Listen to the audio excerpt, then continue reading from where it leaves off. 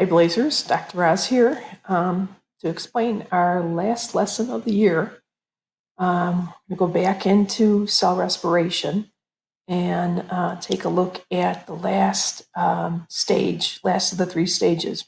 Remember, we've covered glycolysis, we have covered the Krebs cycle, sometimes called the citric acid cycle, and now we're going to end up with the third cycle, the third stage, I should say, the electron transport chain. So that's what we're going to look at.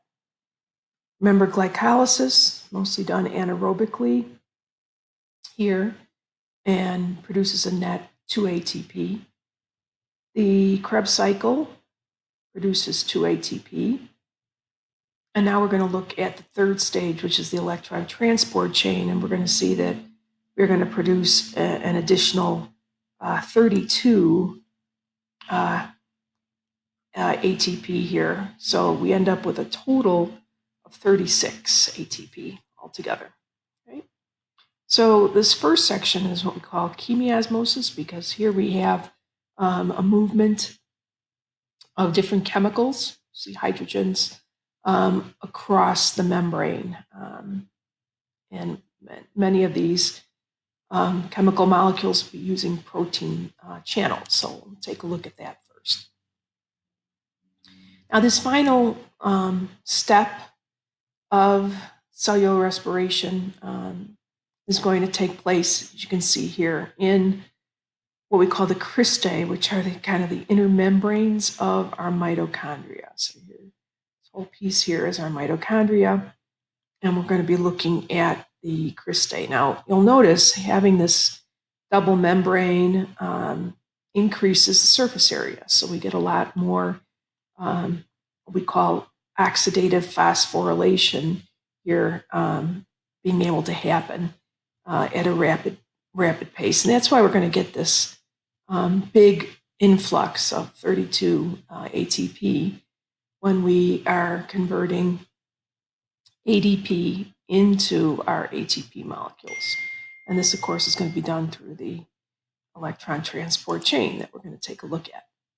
So after the Krebs cycle, here's our membrane again of our mitochondria. We see various protein channels here, and we notice that we have a lot of movement of hydrogens, right, from inside the molecule to the outside of the molecule. So we can see here we have that FADH2. It moves, it loses the hydrogen, becomes the FAD positive.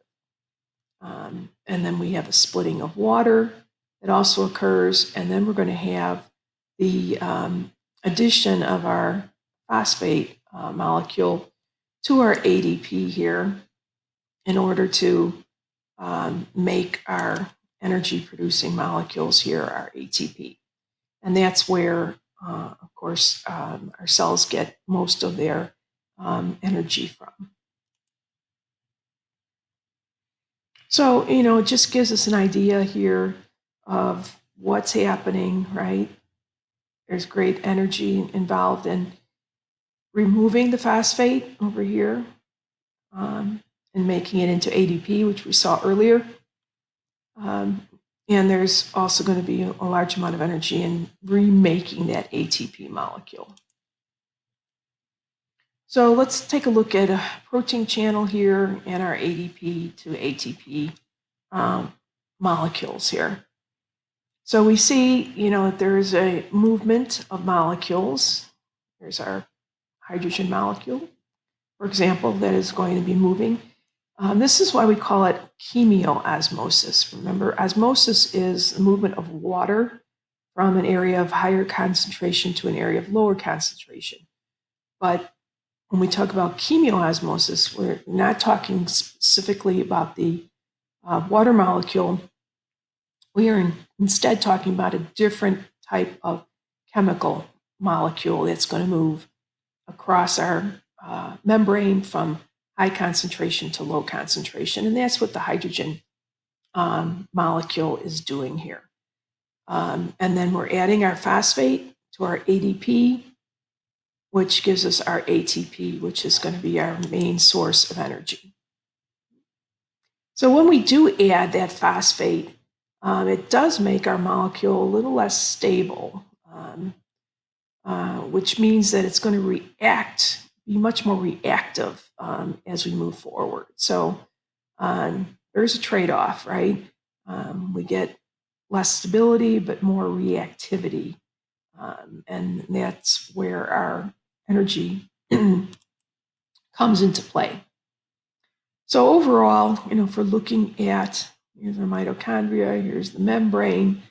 Again, if we look at these movements of molecules, right, our chemicals, hydrogen coming in, we've got hydrogen going out. So lots of different things are happening. Here's our Krebs cycle, and then our electron transport chain that comes into effect. All of this process put together is what we call oxidative phosphorylation, right? We are moving hydrogen, we are adding a phosphorus, and we are splitting water, which gives us that oxygen. So the oxidative piece comes into play. So in order for all of this to be maintained, we have to have something that is accepting these particular molecules, right? Because we've got electrons, which are highly excitable, that are coming in, and we have our hydrogen. So we need those excitable electrons. We need our hydrogens in order to make or form our water molecules. So the osmosis comes in. So if we take a look, at a nice summary here, put together, it gives you step by step what's happening. In step one, we see we're losing our hydrogen. Hydrogen is going from one part of the molecule into the membrane. So we're losing that hydrogen from the NADH. So we end up with our NAD plus. And then those hydrogens are splitting, and they release those 2 electrons into, that's what we call it, the electron transport chain. It's just going to keep moving along here. So then step 3, our energy gets released, continues to travel down our electron transport chain here. And then we pump hydrogen across the membrane, which we've seen that happening. Step 5, we're forming a protein gradient. We need these protein channels in order to continue to move those electrons. And then our oxygen is going to accept electrons at the very end of the chain, and that is what is forming our water right here. Last part, protons are going to pass, and we end up adding our phosphorus here to our ADP in order to get our ATP molecule. Remember, this is going to be lots of energy that we're going to end up adding. Electron transport chain adds the most amount of ATP of any of the stages of cell respiration. I'll post a video of this for you on Google Classroom in case you have some other questions.